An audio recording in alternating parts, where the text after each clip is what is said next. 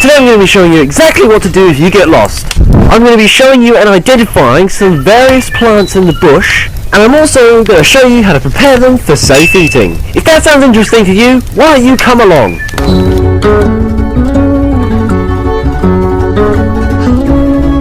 So I'm just going to pick these rocks up and make a circle of stones for a little fire. It had actually rained last night and the morning that I set out, so it was more of an aesthetic feature rather than a practical decision to make the ring of stones around the fire.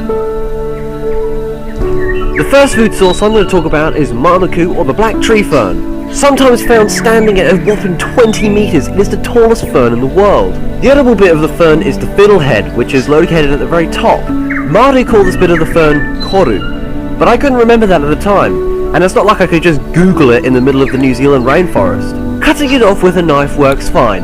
Other parts of the plant are edible, but that's for a future video.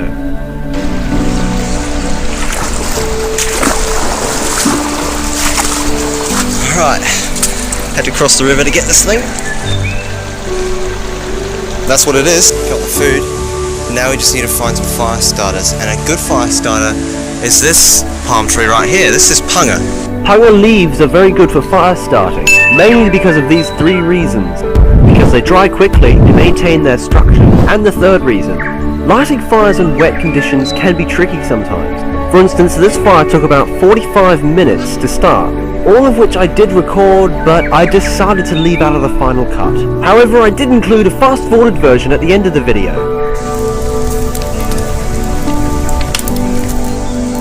Alright, finally got the fire going. Blowing on your fire can help it burn more efficiently by giving it more oxygen.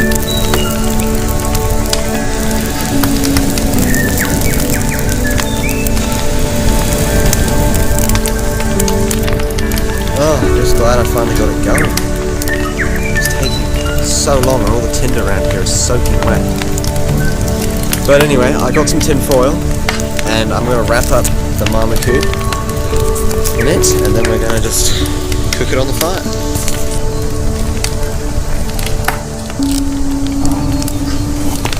This stuff is great because it's so soft. You can eat it raw, but apparently it tastes better when it's cooked, so I'm just going to wrap this up.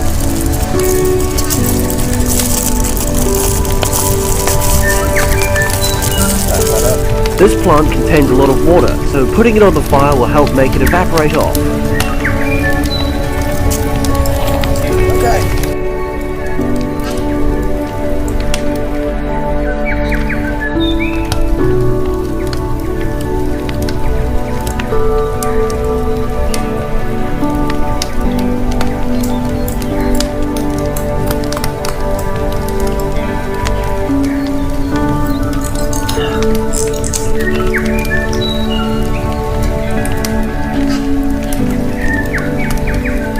Hardly see it. Then when I bite into it,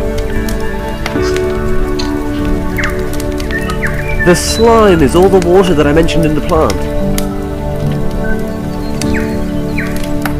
to be honest, I can't describe the taste because it doesn't really taste of anything.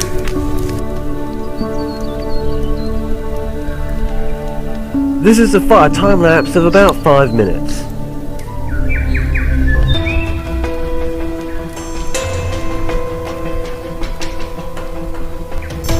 I'm making a lot of smoke with this fire. It's a great marker for people above the tree canopy that might be flying around in helicopters. They'll be able to see you quite easily. So if you make a big fire like... Okay, well, when it ignites, the smoke kind of disappears. So if you do get lost, stay where you are and create a big fire like this, I suppose. A campfire this size could possibly get a smoke signal about 100 meters in the air, and if you're lucky that could just be enough for an aircraft to see it. Just found some Ripagonum berries. I think that's how you pronounce it. Ripagonum? It's pronounced Ripagonum scandens, not Ripagonum berry. I don't know enough about them, so I'm not going to eat them. But I will dissect one, just to be sure. I'm pretty sure they have a big pit in the middle. Yep, I was right. I got a second one here. I'll take that home and I'll figure out what it is. Come back out here and find the stuff. We'll know what to look for. Just cut old matey open and it's looking beautiful. Oh, the cooked one's even got a good smell to it. Oh my god. Okay. Oh, that is so good. It's not like the best thing I've ever tasted, but you know what? It tastes pretty good compared to the raw stuff. Still tastes like broccoli. Here you go, some kawa. Showed you in the previous video. Leaves are edible. Taste okay. Better than that marmaku. And they do have berries, but not at the season. My plan is to follow the river downstream. As other rivers merge with the stream I'm following, it becomes larger. My plan is to follow this river out. Place of ending.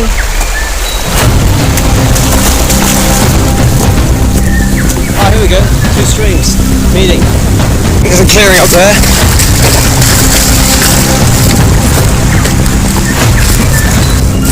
Yes! I'm no expert tracker, but there's tracks with tread marks. So someone with tyres has gone through here, and pretty big tread as well.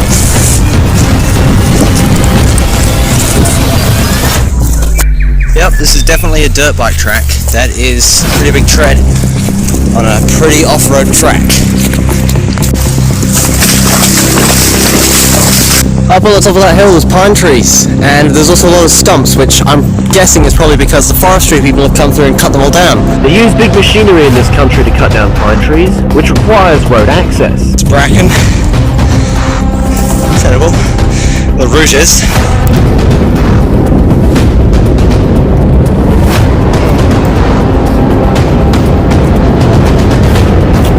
Cook it first. Just made it up the valley. Top. And I was right. Bunch of pine trees that look like they've been burnt. That was a road. And just like that, I have reconnected myself with a man-made road. Civilization, a place humans have adventured before. Yes! Woo! There's the ocean. Safety is down there. Down those hills. To wrap this video up, I'm going to include some bits and pieces to make everybody happy that I wasn't going to include in the video, but here they are anyway. I think my lace has come undone.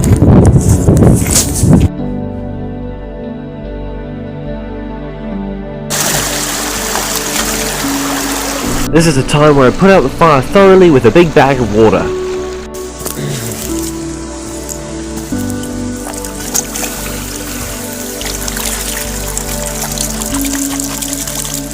Alright, I think that's out. In this clip, it's me trying to get a fire going for about 30 minutes, and then getting mad at the camera for filming my failure or something like that, and also saying the F word. So I'll let this clip play out, and I'll see you guys in the next video.